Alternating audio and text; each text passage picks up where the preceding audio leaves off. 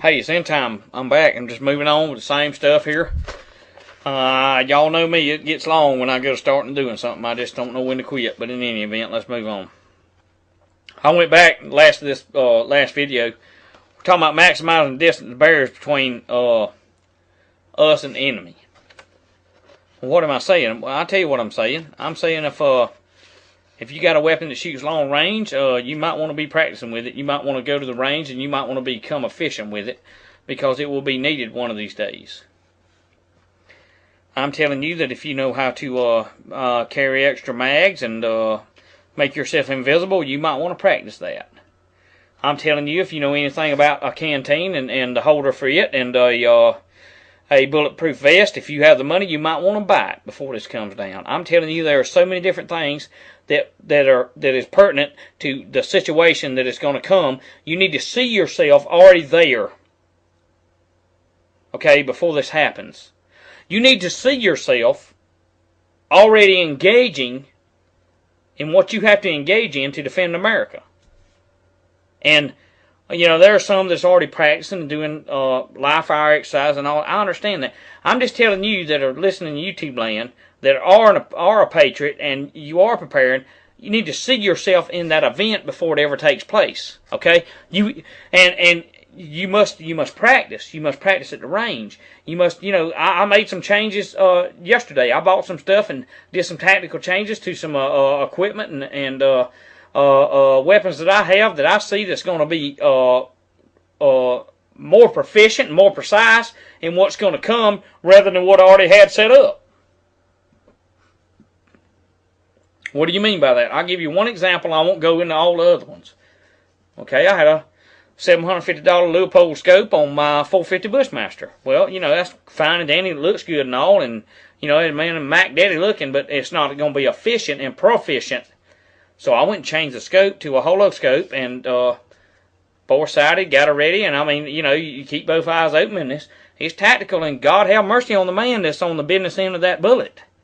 And there's other things I'm adapting to that I know that when I get pertinent information about, I'm changing strategies on this and how this is set up and how this is this much munitions here and this much food is over here. And maybe they're going to take the storage buildings over, so let's get the crap out of there and let's just, we have to be mobile and adapt and be able to change to certain situations. And like I said, I wasn't trying to get this intense at all, and some of you are going to think this is elementary, and some of you are going to think, whoa, dude, I can't follow this. Well, go back and look at it over and over till you get it. That's just the way it is, because time's about up. So, anyway, let's move on.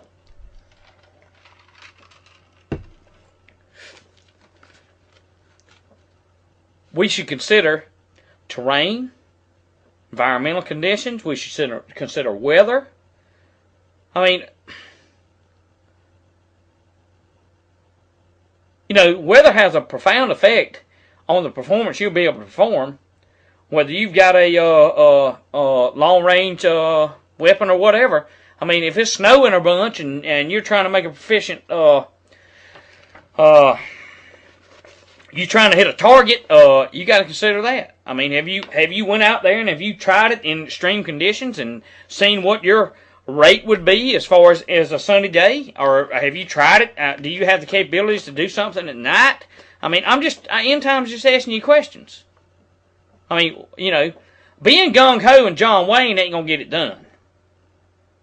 I mean, I can cut and put up crown mold with my eyes almost closed, brother. I can cut it one time. I can make it fit. I'm talking about putting stain grade up, but it's years and years and years of coping, cutting, and over and over and over. I can make the crown mold fit, baby, where you don't need no caulking. Can you put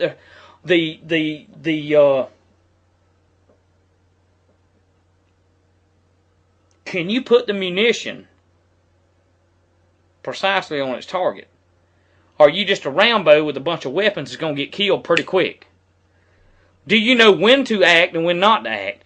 Do you know when to refrain and when to go ahead and move? Do you know how to be silent? Do you know how to be invisible even though you're visible? Do you know those tactics and those strategies? Because if you don't, and if there's no leadership Somebody's got to lead this thing.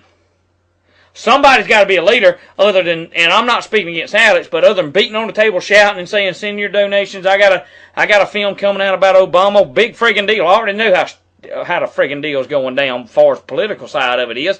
What we need to know is what the tactical part of it. What am I going to do? Throw a DVD at them and hope it hits them and cut their throat? And I'm not speaking against Alex or nobody else. I'm just saying, this crap is not a game. Okay? This ain't watching a video game and playing with your little things and hoping you kill the bad guy. This crap is for real. And you'll be eliminated pretty flippin' quick if you don't listen to somebody about something. There has to be a leadership in this thing. There has to be somebody that puts something out that is not about just ranting and raving and just spouting a bunch of language out there and then leaving you on your own to die in the wilderness. Okay? That's why I'm keeping on. Am I calling myself a leader? No, not by no means, but I'm asking you to listen to what I'm saying. Let's move on. See, it says these individuals, non-lethal shooters, have the means of transition to lethal rounds just like that. Okay? So having said that, squad leaders should designate shooters within their squad. Ideally, the squad should not change its organization to accommodate non-lethal weapons. Now, soldiers manning a static position should have non-lethal capabilities depending on medics and shotguns and the M203 work well in those positions. Recovery, apprehension, and extraction teams, should be established before deployment. Now, if we're going to be serious about this, if we're going to take our country back, if we're going to do something other than make YouTube videos or be a little hide behind and say, we're with you, brother, 100%. And I've seen that all my life, that people were with me. And when it got heavy, they gone like a scalded dog. And I don't mean that against any subscriber or friend. I'm just saying I've seen it all my life.